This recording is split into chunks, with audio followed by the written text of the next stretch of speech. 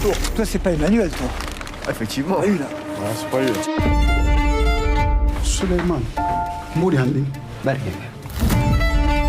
Moi, j'ai besoin des sous. demain, je te paye à 13h.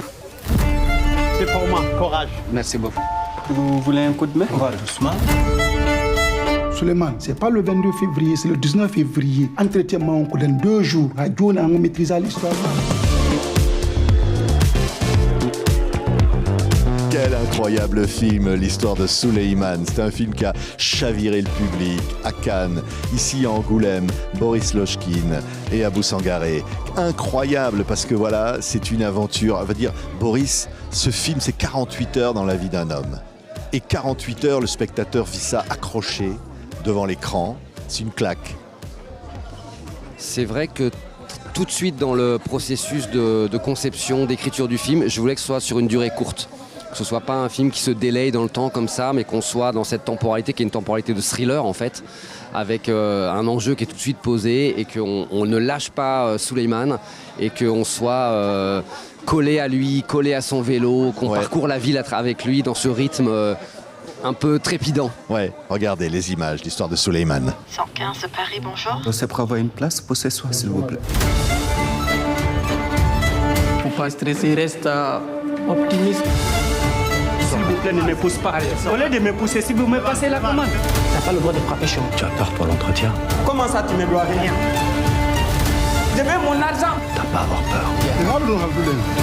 Allez, dégage. Tu sais ce que tu as vécu.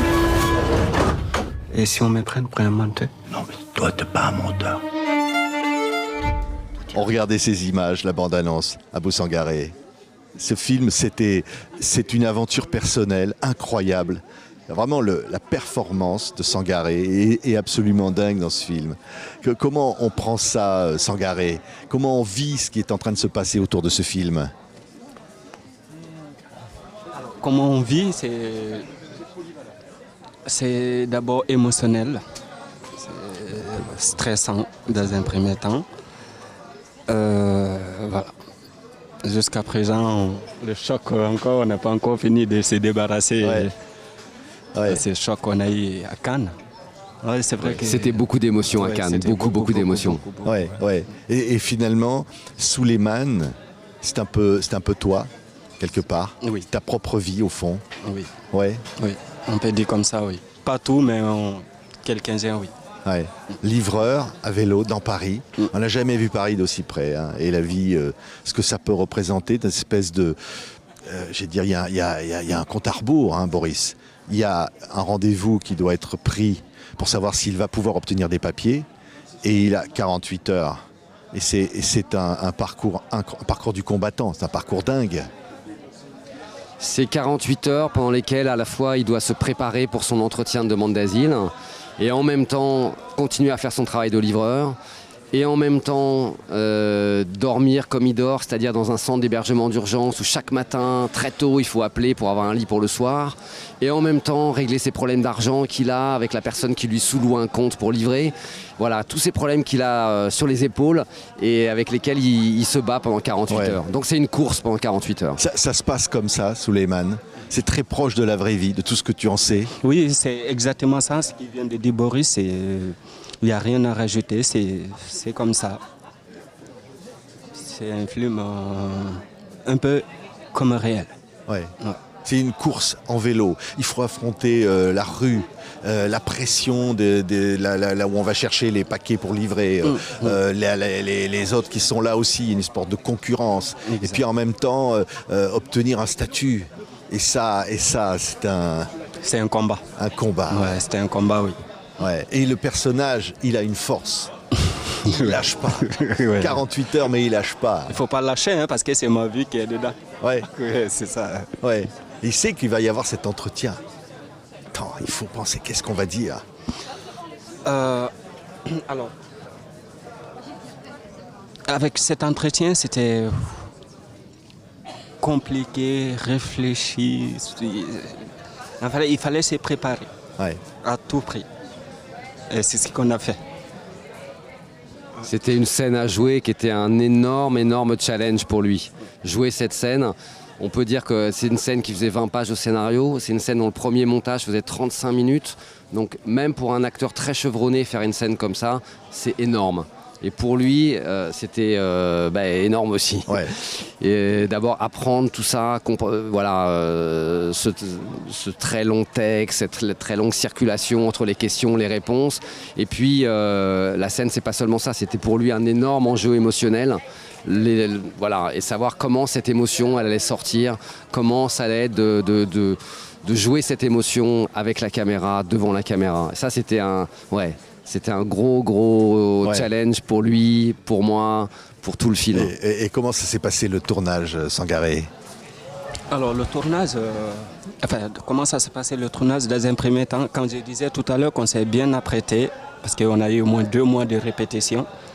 J'ai eu 2 semaines de formation de livraison et on va dire que ça s'est bien passé parce qu'on a tout préparé avant. Ouais. La rencontre, comment on a trouvé Sangaré? On s'est rencontrés, moi quand j'ai commencé quand on a mis le film en production et que donc je me suis mis en casting, j'ai commencé un casting sauvage comme on fait généralement. Donc comme je cherchais un livreur guinéen, on allait chercher des livreurs guinéens dans les rues de Paris. On en a rencontré des dizaines, des centaines et puis on n'a pas trouvé. Donc on a élargi à toute la communauté guinéenne, on a fait passer le message via des gens qui avaient des gros comptes Facebook, via des associations. Voilà, on est sorti de Paris parce qu'on ne se trouvait toujours pas à Paris au bout de 2 mois. Et puis c'est comme ça qu'un matin, on a débarqué, quand je dis on, c'est Aline Dalbis, directrice de casting, et moi, on a débarqué tous les deux à Amiens, dans le petit local d'une association où monsieur Oularé, donc un compatriote de Sangaré, avait préparé le terrain pour nous et il y avait 25 jeunes guinéens qui étaient là. Et parmi ces 25 jeunes, il y en a un qui nous a posé plein de questions, qui voulait être rassuré sur qu'est-ce qu'on allait faire, est-ce que ça allait pas lui poser des problèmes de faire ce film, qu'est-ce qu'il y avait à gagner ou à y perdre, ça serait quoi le travail, voilà. Et c'est comme ça qu'on s'est rencontrés. Ouais, et c'est ça. Ouais, exactement. Ça s'est passé comme ça. Ça s'est passé comme ça. Ouais. Oui, ça s'est passé comme ça. Ensuite, on a eu, comme il vient de dire, j'ai posé pas mal de questions parce qu'au fond, j'avais peur. C'est quelque chose qu'ils avaient envie de faire, mais au fond, est-ce qu'ils avaient le droit? C'est la question, c'est la première des questions que je me suis posée.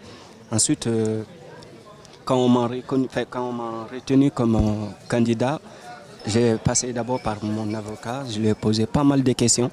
Et lui m'a dit que du moment où il n'y a pas de choses illégales, tu peux le faire. Oui, mais l'envie de faire du cinéma, elle était là, Sangaré. Tu avais envie? Au début, tout premier début, non. Quand j'ai échangé avec Boris et quand ils m'ont présenté le projet, oui, ça m'a donné envie de... Oui. Ouais. Et pour le coup, il n'y avait pas de papier. Non. Il n'y avait pas de papier. Oui, à ce moment-là, j'avais un récépissé qui ne me permet pas de travailler, mais qui me permet de circuler en France librement. Et alors, rassurez-nous, Boris, avec ce qui s'est passé à Cannes, le triomphe de Sangaré, le comédien extraordinaire qu'il est là, qui apparaît devant nous, c'est réglé aujourd'hui? C'est pas tout à fait réglé, malheureusement. Il se trouve qu'en ce moment, on est dans une situation politique un petit peu compliquée en France. On a des ministères qui ne travaillent pas complètement comme ils devraient travailler. Donc les choses ont pris plus de temps que ce que je croyais. C'est vrai qu'après le triomphe à Cannes, après le prix d'interprétation qu'il a reçu, pour moi, dans la semaine, ça allait être réglé. Mais voilà, on est dans une situation politique un peu particulière en France. Et donc ça a mis un peu plus de temps. Mais ça y est, la préfecture a rouvert la porte. Ça va bouger. Donc il va redéposer un dossier et je pense qu'on va régler sa situation prochainement. Et Sangaré, toi, tu veux être là, tu veux faire d'autres films, tu veux être comédien maintenant? Ça y est, le virus est là. Hein? C'est vrai? Oui, tout à fait. Ouais.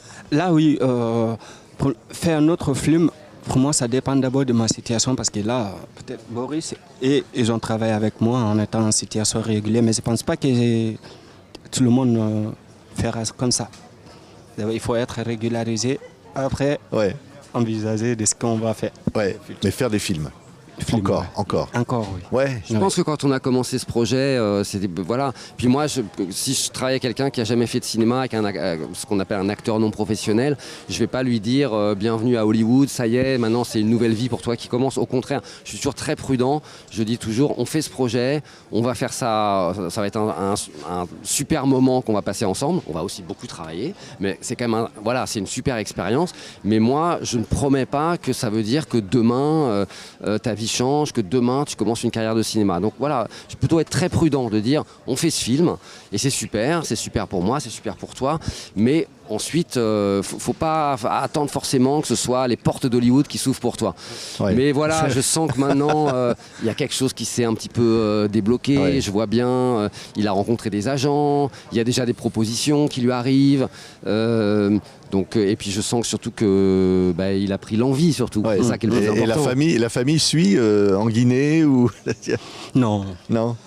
Alors, ces questions-là se posent, mais ma famille ne suit pas ça. À la base, ils ne sont pas sur le réseau. Oh. Non. Mais fier quand même de tout ce qui arrive. Très fier. Ouais.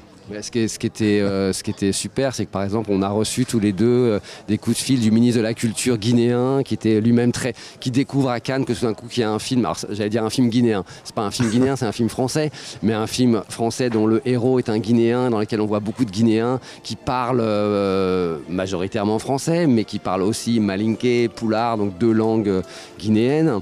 Et le ministre de la Culture de Guinée nous appelle et dit voilà, mais nous on est très très fiers qu'il y ait un de nos compatriotes qui soit honoré au Festival de Cannes. Qu'est-ce qu'on peut faire pour vous aider? Et voilà, ça c'était très beau aussi de voir cette reconnaissance du côté de l'Afrique. Merci à tous les deux. Merci, bravo. Hein. Merci. Bravo Sangaré. Merci. Incroyable. Et ce film de Boris est absolument génial. Vraiment aller voir le film. Vraiment aller voir l'histoire de Souleymane. Très grand film, un des plus grands films de l'année. Ça c'est clair. C'est clair. Merci. Merci à tous les deux. Merci à vous.